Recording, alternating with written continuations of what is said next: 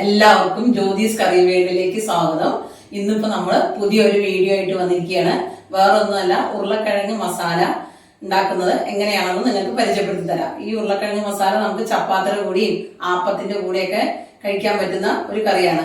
രാവിലെ പെട്ടെന്ന് തന്നെ നിങ്ങൾക്ക് ബ്രേക്ക്ഫാസ്റ്റ് ഒക്കെ ഉണ്ടാക്കുമ്പോൾ പെട്ടെന്ന് ഉണ്ടാക്കാൻ പറ്റുന്ന 10-15 മിനിറ്റേ വേണ്ടു 2 ഉരുളക്കിഴങ്ങ് വേവണ സമയം. അതുകൊണ്ട് നിങ്ങൾക്ക് പെട്ടെന്ന് ഉണ്ടാക്കിയെടുക്കാൻ പറ്റുന്ന ഒരു ഡിഷാണ്. അപ്പൊ അതിലേക്ക് എന്തൊക്കെയാണ് വേണ്ട ഇൻഗ്രീഡിയൻസ് എന്ന് പരിചയപ്പെടുത്തി തരാം കേട്ടോ. അപ്പൊ ആദ്യം തന്നെ നമ്മൾ 2 വലിയ ഉരുളക്കിഴങ്ങ് എടുത്തിട്ട് വേവിച്ച് ഉടച്ച് വെച്ചിരിക്കുന്നതാണിത്. പിന്നെ ഒരു സവാള ഇങ്ങനെ സ്ലൈസ് ആയിട്ട് അരിഞ്ഞു വെച്ചിരിക്കുന്നതാണ് ഒരു സവാള. പിന്നെ ഒരു 6 വെളുത്തുള്ളി, ഒരു ചെറിയ കഷ്ണം ഇഞ്ചിയും കൂടി ചതച്ച് വെച്ചിരിക്കണം, ഇഞ്ചി വെളുത്തുള്ളി പേസ്റ്റ്. പിന്നെ ഒരു 6 പച്ചമുളക് ഇങ്ങനെ മൊത്തം കീറിയിട്ടൊന്നുമില്ല, പക്ഷെ അത് ഇതുപോലെ ഒന്ന് നടുവിങ്ങനെ കീറിയിട്ടേ ഉള്ളൂ, ഇല്ലെങ്കിൽ അതിലിട്ട് ചിലപ്പോൾ പൊട്ടിത്തെറിക്കും, അതുകൊണ്ടാണ്. പിന്നെ ഒരു ചെറിയ തക്കാളി പുളിപ്പിന് വേണ്ടിയിട്ട്, പിന്നെ കുറച്ച് മല്ലിയില, ഒരു 1/4 സ്പൂൺ ഗരം മസാല, ഒരു 1/4 സ്പൂൺ കുരുമുളക് പൊടി, 1 സ്പൂൺ മഞ്ഞൾപ്പൊടി, ഒരു 1/4 സ്പൂൺ കാശ്മീരി ചില്ലി മുളക് പൊടി ഇല്ലേ, ആ മുളക് പൊടിയാണ്.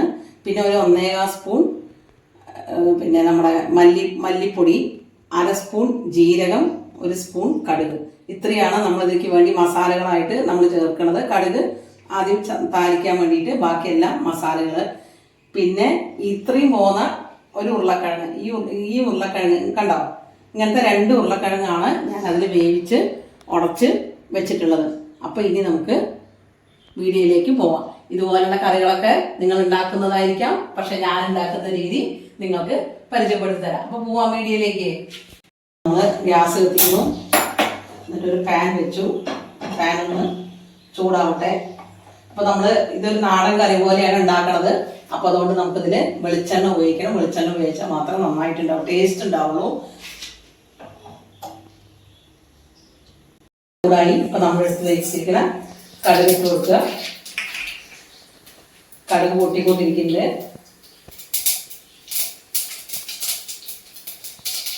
ഈ ജീരകം ഇടുക.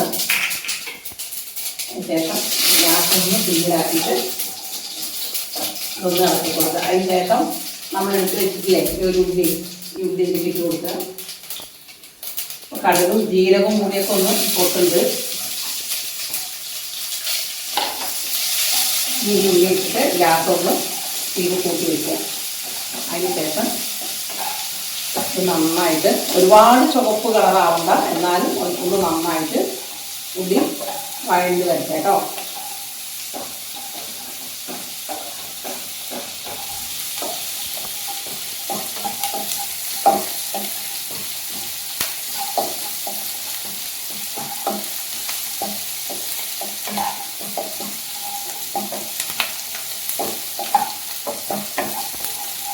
ഒന്ന് കമ്മിയാക്കി വെച്ചിട്ട് നമ്മളൊന്ന് കുറച്ച് എടുത്ത് വെച്ച് ഉപ്പില്ലേ, അതിന് കുറച്ച് ഉപ്പിലേക്ക് ഇട്ട് കൊടുക്കുക. അപ്പോൾ ഉള്ളി വേഗം വഴറ്റി വരും. അതിന് വേണ്ടിയിട്ടാണ്. ഈ ഗ്യാസ് കൂട്ടി കൊടുക്കുക. ഒന്നും കൂടി ചെറുതായിട്ടൊന്ന് കളർ മാറട്ടെ, അതുവരെ ഒന്നും കൂടി നമ്മൾ വഴറ്റി കൊടുക്കുക. എടുത്ത് വെച്ച് ഇഞ്ചിയും വെളുത്തുള്ളിയും പേസ്റ്റ് ഇല്ലേ, അതിട്ട് കൊടുക്കുക. ഗ്യാസ് കമ്മിയാക്കിയിട്ടാണ് വെച്ചിരിക്കുന്നത്. ഇപ്പോൾ കമ്മിയായി വെച്ചിട്ട് വേണം ഇഞ്ചിയും വെളുത്തുള്ളി ഇട്ടിട്ട് ഇത് ഇളക്കി കൊടുക്കാൻ. ഇതിൻ്റെ ഇഞ്ചിയും വെളുത്തുള്ളിയും പച്ചമണം മാറിപ്പോണ വരെ നമ്മൾ നന്നായിട്ട് ഇളക്കുക. ഞാൻ വേറെ പാത്രത്തിൽ കുറച്ച് വെള്ളം ചൂടാക്കാൻ വെച്ചിട്ടുണ്ട്. കുറച്ച് വെള്ളം ചൂടായി നല്ല തണുത്ത് വരട്ടെ. ആ വെള്ളമാണ് നമ്മൾ കറിയിലേക്ക് ഒഴിക്കുക. കറിയിലേക്ക് എപ്പോൾ പച്ചവെള്ളം നമ്മൾ ഒഴിക്കാൻ പാടില്ല, കറിയുടെ ടേസ്റ്റൊക്കെ പോകും. അതിന് വേണ്ടിയിട്ടാണ് വെള്ളം വെച്ചിരിക്കുന്നത്. ഇതിന് പച്ചമുളകൊക്കെ ഒന്ന് മാറിപ്പോയി. ഇനി നമ്മൾ ഈ എടുത്ത് വെച്ച 5 പച്ചമുളക് അതിലേക്ക് ഇട്ട് കൊടുക്കുക.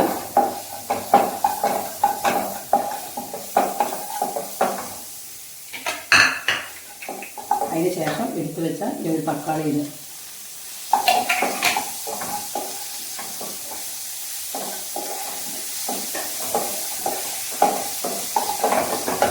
ഇനി അതിനൊന്ന് 5 മിനിറ്റ് അടച്ച് വെച്ചിട്ട് വേവിക്കാം. അപ്പോൾ ആ തക്കാളിയൊക്കെ നന്നായി വെന്തുടഞ്ഞ് വരും. അപ്പോൾ നമ്മളത് തുറന്നു. ഇനി നമ്മൾ എടുത്ത് വെച്ചിരിക്കുന്ന പൊടികളൊക്കെ ഓരോന്നായിട്ട് ഇട്ട് കൊടുക്കുക. ഗ്യാസ് നല്ല സ്റ്റീം കമ്മിയാക്കി വെക്കണം, സിമ്മിൽ വെക്കണം, അല്ലെങ്കിൽ പൊടികളൊക്കെ കരിഞ്ഞു പോവും. ഓരോ പൊടി ഇട്ട് കൊടുക്കുമ്പോഴും നമ്മൾ ഇളക്കി കൊടുക്കുക. മഞ്ഞൾപ്പൊടി ഇട്ടു. ഇനി മുളക് പൊടി. ഇത് എരിയില്ലാത്ത മുളക് പൊടിയാണ് കേട്ടോ, കാശ്മീരി ചില്ലി പൗഡറാണ്. പിന്നെ മല്ലിപ്പൊടി, പിന്നെ നമ്മൾ എടുത്തു വെച്ച കുരുമുളക് പൊടി ഇട്ട് കൊടുക്കുക. ഇനി ഇത് നന്നായിട്ട് ഇതിൻ്റെ പച്ചമണം പോകണ വരെ ഒന്ന് നന്നായിട്ട് നമ്മൾ വഴറ്റി കൊടുക്കുക.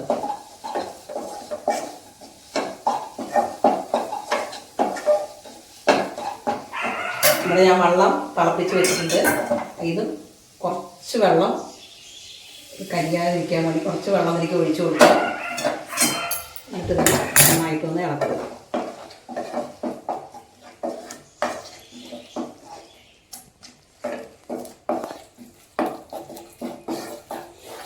ഇതിലേക്ക് കൂടുതൽ നമ്മൾ ഇട്ടിരിക്കുന്നത് പച്ചമുളകാണ് കേട്ടോ. മുളക് പൊടി കമ്മിയാണ്, പച്ചമുളകാണ് കൂടുതൽ ഇട്ടിരിക്കുന്നത്. ഇനി നമ്മൾ എടുത്ത് വെച്ച കിഴങ്ങില്ലേ, വേവിച്ച് വെച്ച് ഉടച്ച് വെച്ചു എന്ന് പറഞ്ഞില്ലേ, ആ കിഴങ്ങ് ഇതിലേക്ക് ഇട്ട് കൊടുക്കുക.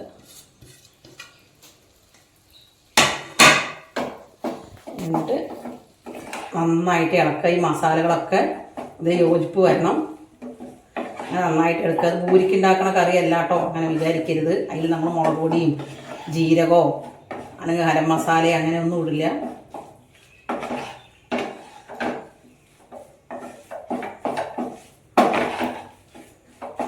ഇപ്പം എല്ലാം കൂടി നല്ലൊരു യോജിപ്പ് വന്നിട്ടുണ്ട്. ഇനി നമ്മൾ എടുത്ത് വെച്ചിരിക്കുന്ന വെള്ളം ഇതിലേക്ക് ഒഴിച്ചു കൊടുക്കുക. അപ്പോഴാണ് ഒന്നും കൂടി ഒന്ന് നമുക്ക് കറിക്ക് ആവശ്യത്തിനുള്ള വെള്ളം ഒഴിക്കുക.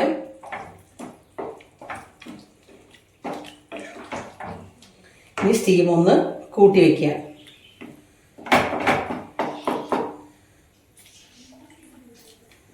ഇനി ഇതിൽ കളഞ്ഞിട്ട് നന്നായിട്ട് തിളച്ച് വേവട്ടെ. അപ്പോൾ നമ്മൾ എടുത്ത് വെച്ച ഉപ്പുണ്ടല്ലോ, ആ ഉപ്പ് ഇതിലേക്ക് ഇട്ട് കൊടുക്കുക. എന്നിട്ട് നന്നായി ഇളക്കുക. ഇളക്കിയതിന് ശേഷം ഒരു 5 മിനിറ്റ് നമ്മളൊന്ന് അടച്ച് വെച്ച് വേവിക്കുക. 5 മിനിറ്റ് കഴിഞ്ഞാൽ ഒന്ന് തുറന്ന് വെച്ചിട്ട് ഒരു 3-4 മിനിറ്റും കൂടി വേവിക്കുക കേട്ടോ. ഒരു 5 മിനിറ്റ് ഞാൻ അടച്ച് വെച്ചിട്ടുണ്ട്. ഇനി നമ്മളിതൊന്ന് തുറന്ന് നോക്കുക. ഇതിപ്പോൾ അടച്ച് വെച്ചത് എന്തിനാണെന്ന് വിചാരിച്ചിട്ടുണ്ടെങ്കിൽ മസാലയും ഈ കിഴങ്ങും മുക്കപ്പാട കൂടി ഒന്ന് യോജിപ്പ് വരാൻ വേണ്ടിയിട്ടാണ്. നമ്മൾ ഉടച്ചതാണ്, വേണമെങ്കിൽ കൈ വെച്ചിട്ട് ഒന്നും കൂടി ഒന്ന് ഉടച്ച് യോജിപ്പാക്കാം. ഇനി ഇതിങ്ങനെ തുറന്നിട്ട് ഒന്ന് വെള്ളം വറ്റുന്ന വരെ വേവട്ടെ. അപ്പം നമുക്ക് എത്രയാണോ വെള്ളം ആവശ്യം കറിയിൽ, അതിനനുസരിച്ച് വെള്ളം നമ്മൾ വറ്റിച്ചാൽ മതി കേട്ടോ.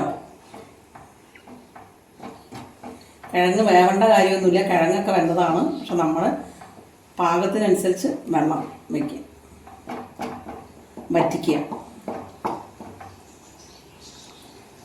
പിന്നെ ഉരുളക്കിഴങ്ങ് ആയതുകൊണ്ട് വേഗം വെള്ളം വറ്റും ചെയ്യും. ഇപ്പം നന്നായിട്ട് തിളച്ച് വന്നിട്ടുണ്ട് കണ്ടോ. ഇനി നമ്മൾ ഗ്യാസ് ഒന്ന് സ്റ്റീം കമ്മിയാക്കി വെച്ചിട്ട് നമ്മൾ എടുത്ത് വെച്ച ഗരം മസാലയില്ലേ, 1/4 സ്പൂൺ, അത് ഇതിലേക്ക് ഇട്ട് കൊടുക്കുക.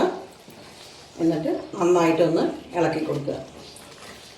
ഈ കറി ചപ്പാത്തിയുടെയും ആപ്പത്തിൻ്റെയൊക്കെ കൂടെ കഴിക്കാം, നല്ല ടേസ്റ്റ് ആയിരിക്കും. ഞാനിപ്പോൾ ഈ കറി കഴിക്കാൻ പോകുന്നത് ആപ്പത്തിൻ്റെ കൂടെയാണ്. വെള്ളാപ്പമാണ് ഉണ്ടാക്കണതെന്ന്, അതിലേക്കാണ് ഞാൻ ഈ കറി ഉണ്ടാക്കിയിരിക്കുന്നത്.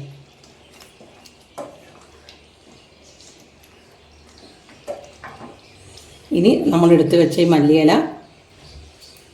ഒന്ന് ഞരടിയിട്ട് ഇട്ട് കൊടുക്കുക. അത് നിങ്ങൾക്ക് കുറേ മല്ലിയില ഇഷ്ടമാണെങ്കിൽ കുറേ ഇടാം, കുറച്ചേ ഇഷ്ടമുള്ളൂ വെച്ചാൽ കുറച്ചിട്ടാൽ മതി. പക്ഷേ കരിവേപ്പിൻ്റെ ഇല ഈ കറിയിൽ ഇടാനേ പാടില്ല. ഞാൻ ഇത്ര നേരം വരെ ഇട്ടിട്ടില്ല കണ്ടോ, അത് ഇടരുത്. മല്ലിയില മാത്രം ഇട്ടാൽ മതി.